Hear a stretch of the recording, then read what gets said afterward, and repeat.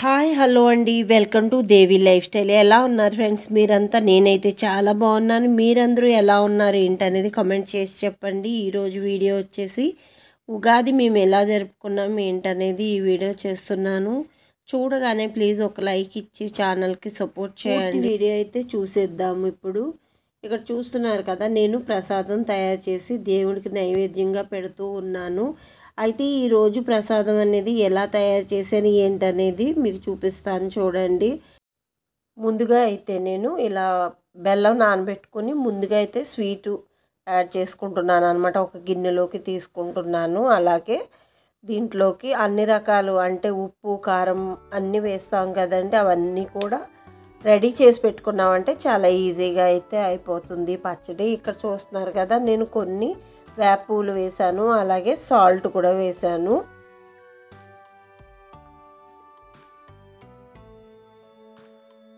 దీంట్లోనే కొంచెం చింతపండు గుజ్జు అయితే వేసుకుంటున్నాను, ముందుగా నానబెట్టింది.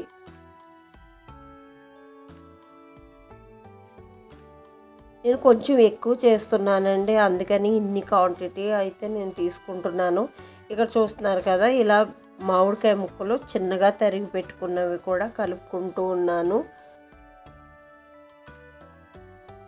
సన్నగా తరిగి పెట్టుకున్న ఈ మామిడి ముక్కలు కలిపిన తర్వాత కొంచెం కారం వేసుకుంటున్నాను దీంట్లోకి. నేను మామూలుగా అయితే పచ్చిమిర్చి మిక్సీ పట్టుకొని అలా వేసుకుంటూ ఉంటారు, కానీ నేను అలా కాకుండా మేము ఇప్పుడు ఇలాగనే చేస్తూ ఉంటాం అన్నమాట అండి. కారం కలుపుతున్నాను.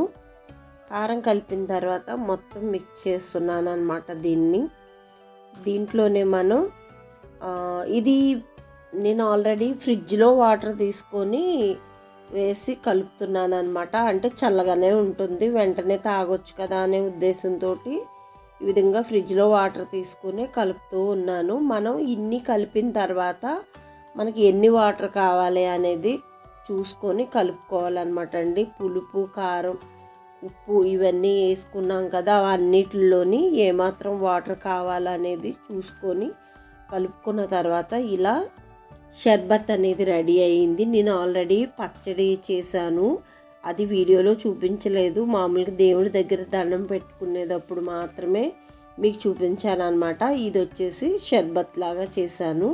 మనం ఈ విధంగా చేసుకున్న దాన్ని కనీసం ఒక 2-3 డేస్ ఫ్రిడ్జ్లో పెట్టుకుని కూడా తాగుతూ ఉండొచ్చు, చాలా బాగుంటుంది. అలాగే నేను ఇందులోకి పుట్నాల పప్పు వేస్తున్నాను. ఈ పుట్నాల పప్పు మనం అప్పటికప్పుడు గ్లాసులో మనం ఇలా షర్బత్ వేసుకున్న తర్వాతే పుట్నాల పప్పు వేసుకోవాలి. షర్బత్లో ముందే వేసి ఉంచామంటే అవి మొత్తం నానిపోయి కిందకి వెళ్ళిపోతాయి అన్నమాట అండి. అవి ఉన్నా కానీ మనకి ఉపయోగం అయితే ఉండదు. అందుకోసం అనేసి నేను షర్బత్లో వేయడం లేదు, షర్బత్ పైన వేస్తున్నాను అనమాట తాగేటప్పుడు.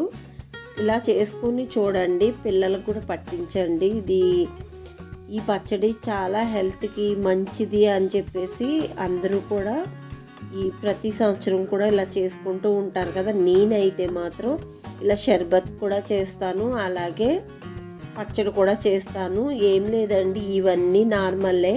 పచ్చడిలో ఏంటంటే కొన్ని మనం గుజ్జుగానే ఉంచుతూ వాటర్ వేయకుండా చింతపండు గుజ్జు ఇవన్నీ వేసిన తర్వాత మనం దాంట్లో అరటిపళ్ళు వేసుకొని మొత్తం మెత్తగా చేసుకుని దేవుడి దగ్గర పెట్టుకోవడమేనమాట అండి. అంతే సింపుల్గా రెడీ అయిపోతుంది పచ్చడి.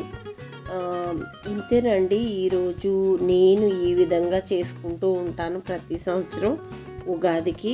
మీరు ఎలా చేసుకుంటారు ఏంటనేది కామెంట్ చేసి చెప్పండి. అలాగే నేను మీ అందరికీ ఆ రోజు ఉగాది శుభాకాంక్షలు చెప్పాను కదా, అదే మాట ఇక్కడ చెప్తూ ఉన్నాను. అలాగే నేను పూజ చేసుకునే మందిరం ఇలా కొత్తగా చేయించుకున్నాను అనమాట అండి. ఇంతకు ముందు అయితే నార్మల్గా చిన్న పీట ఉండి అలా పెట్టుకొని చేసుకునేదాన్ని పూజ. అంటే నాకు మందిరం ఉంది, కానీ మందిరం లోపల పూజ చేసుకుంటుంటే అగరత్తుల పొగతోటి మొత్తం బ్లాక్ అయిపోతుందని ఈ విధంగా ఓపెన్గా చేయించుకున్నాను అనమాట. ఇలా సొరుగొచ్చి మందిరం ఓపెన్ మందిరం వచ్చిందనమాట అండి. నేను ఇక్కడ పూజ చేసుకుంటున్నాను. ఇది కూడా కొత్తదేనా అనమాట. ఓకే అండి, ఈ వీడియో మీకు ఎలా అనిపించింది ఏంటనేది కామెంట్ చేసి చెప్పండి. అలాగే మన ఛానల్ని మీరు ఫాలో అవ్వాలంటే కనుక సబ్స్క్రైబ్ చేసుకుని గంట సింబల్ని యాక్టివ్ చేసుకున్నట్టయితేనే మీరు ప్రతి వీడియో కూడా మీకు నోటిఫికేషన్ రూపంలో వస్తూ ఉంటుంది. వీడియో అంతా కూడా చూసేయండి. చూసిన తర్వాత కామెంట్ చేయడం అయితే అసలు మిస్ కావద్దు. ఓకే అండి, బాయ్ బాయ్.